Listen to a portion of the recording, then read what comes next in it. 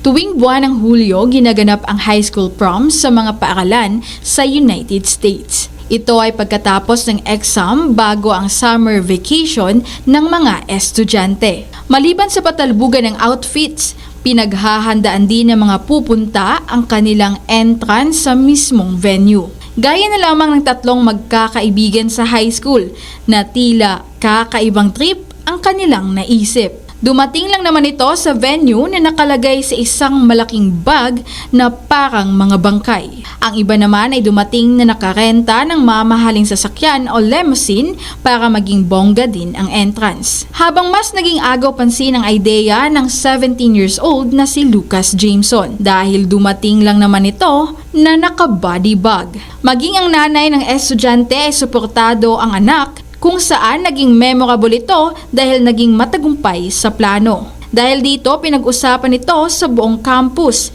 hanggang makapagtapos ng pag-aaral si Jameson. Maging ngayon ay trending ang kwento ng estudyante. Samantala, malaki ang pasasalamat ni Jameson sa kanyang ina sa suportang ipinakita, mangyari lang ang kakaibang gimmick. Ako si K5 Villarose Qual para sa Kampiyon na Balita, Serbisyo Publiko at Kasiyahan sa Kalibo, K5 News FM.